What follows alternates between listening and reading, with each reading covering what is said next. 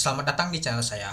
Di video kali ini, saya akan bahas tentang IPO perusahaan PT Global Sukses Digital Tbk atau bisa disingkat dengan kode emiten yaitu DOS. Perdagangan eceran alat fotografi dan pelengkapannya. Oke teman-teman, langsung saja. Kita lihat dulu untuk ringkasan perusahaan emiten ini. Kegiatan usaha yang dijalankan perusahaan saat ini adalah usaha di bidang perdagangan eceran alat fotografi dan pelengkapannya, perdagangan eceran kaki lima dan los pasal alat fotografi, alat optik dan pelengkapannya, perdagangan eceran tas, dompet, koper, ransel dan sejenisnya, perdagangan eceran atas dasar balas jasa fee atau kontak, perdagangan eceran komputer dan pelengkapannya, perdagangan eceran peralatan video game dan sejenisnya, perdagangan eceran khusus peralatan audio dan video di toko, perdagangan eceran peralatan listrik rumah tangga dan peralatan penerangan dan pelengkapannya, perdagangan eceran peralatan dan perlengkapan rumah tangga lainnya YTDL, aktivitas perusahaan holding yaitu portal web dan atau platform digital dengan tujuan komersial. Untuk alamat emiten ini yaitu di Jalan Tebah nomor 4 Kelurahan Gunung, Kecamatan Kebayoran Baru, Jakarta Selatan. Untuk situs perusahaan emiten yaitu http://www.globalsuksesdigital.com. Nah, jadi perusahaan ini yaitu juga di bidang yaitu jual alat fotografi teman-teman. Nah, ini dia teman-teman. Ini saya cek untuk di situs webnya. Nah, ini dia teman-teman. Dia jual kamera teman-teman. Nah, bagi teman-teman yang mau beli kamera, ini dia teman-teman. Mungkin pernah kita temuin kan di toko-toko DOS dia bentuknya teman-teman. Nah, seperti ini DOS kamera dan gadget dia. Dan juga dia ini menjual ini kebutuhan ini teman-teman, barang-barang elektronik dia ini teman-teman. Itu. Ya, jadi seperti jual kamera, jual alat kamera, pokoknya alat optik dan lain-lain teman-teman. Itu dia. Oke. Kita langsung saja masuk ke informasi perusahaan IPO ini. Jumlah saham ditawarkan adalah 450 juta lembar saham. Dari total saham dicatatkan yaitu 26,09%. Harga penawaran tang dari 130 sampai 135. Dana diproses sekitar 58 miliar sampai 60 miliar. Untuk penawaran awal yaitu di tanggal 22 Juli sampai 26 Juli tahun 2024. Untuk penawaran umum yaitu di tanggal 1 sampai 5 Agustus tahun 2024. Untuk pencatatan saham yaitu di tanggal 5 Agustus tahun 2024. Untuk pencatatan saham di Bursa Efek Indonesia di tanggal 7 Agustus tahun 2024. Untuk underwriternya yaitu IP, Samuel Sekuritas Indonesia, masuk ke papan pengembangan. Nah, kalau kita lihat sih nyata IP ya, artinya dia ini baru pertama sekali ngawal IPO solo. Biasanya sih kolaborasi dia teman-teman. Nah, nanti saya jelaskan juga teman-temannya di akhir video itu. Oke. Kita lanjut ke rencana penggunaan dana ini. Yang pertama, sekitar 27,4% untuk belanja modal seperti biaya sewa gerai, pengembangan gerai baru dan biaya ekspansi gerai lama mulai tahun 2024 dan tahun 2025 di Ratu Plaza Mall dan gerai baru di Banjarmasin, Semarang, Kendari dan Medan. Pengembangan gerai lama di Ratu Plaza Mall termasuk untuk biaya sewa dan inovasi atas perluasan area gerai hingga 1.500 meter persegi. Pengembangan gerai baru yang akan dibuka di Banjarmasin, Semarang, Kendari, dan Medan adalah untuk satu gerai pada masing-masing kota mencakup biaya sewa dan renovasi gerai. Yang kedua, sekitar 72,6% untuk modal kerja perusahaan guna mendukung kegiatan usaha utama dan operasional perusahaan, termasuk dan tidak terbatas pada pembiayaan pengadaan, distribusi, dan kelengkapan persediaan serta beban operasional lainnya pada tahun 2024 dan 2025 di gerai lama atau Plaza Mall dan juga gerai baru di Banjarmasin, Semarang, Kendari, dan Medan. Nah, jadi kalau kita lihat sih untuk rencana penggunaan dana ini teman-teman yaitu digunakan untuk belanja modal dan juga modal kerja. Cukup menarik teman-teman. Itu. Oke, kita lanjut ke struktur pemegang saham. Sebelum IPO nilai nominalnya itu 40 per saham teman-teman. Nah, nyata ada berapa banyak ya teman-temannya yang megangnya ada PT Sukses, Investama Indonesia, Tahir, terus juga Majid, Kisin Punjabi, Mulia Saputra dan Masyarakat. Oke, kita langsung saja. Jumlah modal ditetapkan dari stok penuh adalah sekitar 1,7 miliar. Lumayan juga ya teman-temannya. Tapi ya kalau kita sih sedikit ya jumlah untuk sahamnya nih teman-temannya itu. Ya yang dibagi ke masyarakat aja sekitar 450 juta lembar saham atau 4,5 juta lot itu. Oke, kita lanjut ke pembatasan atas saham perusahaan ini teman-teman. Nah, nyata dia ini sebelumnya tuh ada stock split ya teman-teman. Ya mungkin harganya sudah tinggi di stock split untuk mau IPO nih teman-teman, itu dia. Nah, kalau kita lihat, kita langsung saja teman-temannya, kita ambil dari sini saja. Selain itu, pemegang saham perusahaan lainnya yaitu Mulia meskipun tidak memperoleh saham baru. Nah, jadi dia ini jangka 6 bulan sebelum pernyataan pendaftaran kepada OJK. Namun dengan alasan secara sukarela, Mulia Saputra memutuskan untuk tetap lock up berdasarkan surat pernyataan pembatasan. Nah, artinya dia ini ada lock up ya teman-temannya. Nah, yang diterbitkan pada 14 Mei tahun 2024 setelah penawaran ini menjadi efektif itu. Berdasarkan surat pernyataan pengendali tanggal 30 Januari tahun 2024 menyatakan bahwa Tahil Matulatan tidak akan mengalihkan seluruh kepemilikan saham pada perusahaan dalam jangka waktu 12 bulan setelah efektifnya pernyataan pendaftaran perusahaan ini. Itu dia teman-teman. Artinya mereka ini nggak boleh mengalihkan sahamnya teman-teman. Itu dia. Oke, kita lanjut lagi ke struktur kepemilikan perusahaan ini teman-teman. Nah, ini dia Tahil yang paling banyak pegang teman-teman. Ada Stepen, Tahil lagi, Majid, dan juga Mulia. Nah, ini dia, dan juga masyarakat teman-teman itu. Ya, jadi untuk pengendalinya ini sih Tahil teman-teman. Jadi pengendali untuk perusahaan ini itu. Oke, kita lanjut ke laporan posisi keuangannya. Kita lihat untuk aset dulu. Aset ancalnya di tahun 2001 ke tahun 2022 mengalami peningkatan. Di tahun 2023 nyata mengalami peningkatan.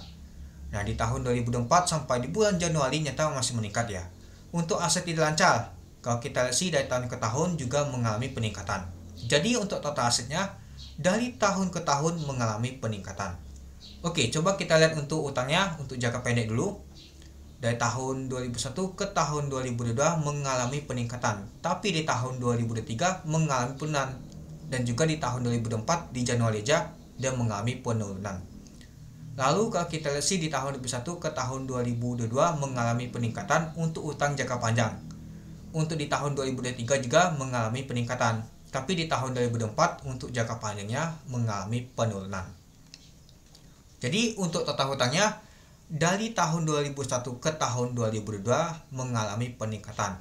Di tahun 2023 mengalami penurunan.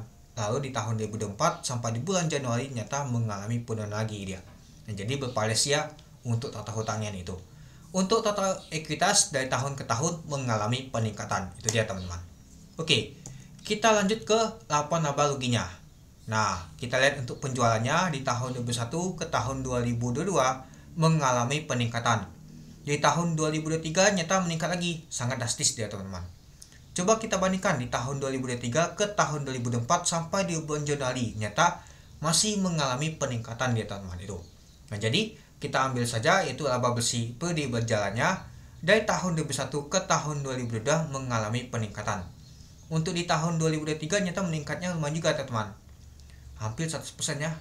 Nah, lalu coba kita bandingkan di tahun 2023 ke tahun 2024, nyata lumayan juga sih meningkatnya. Kalau kita sih hampir 700 juta ya teman-teman, itu dia.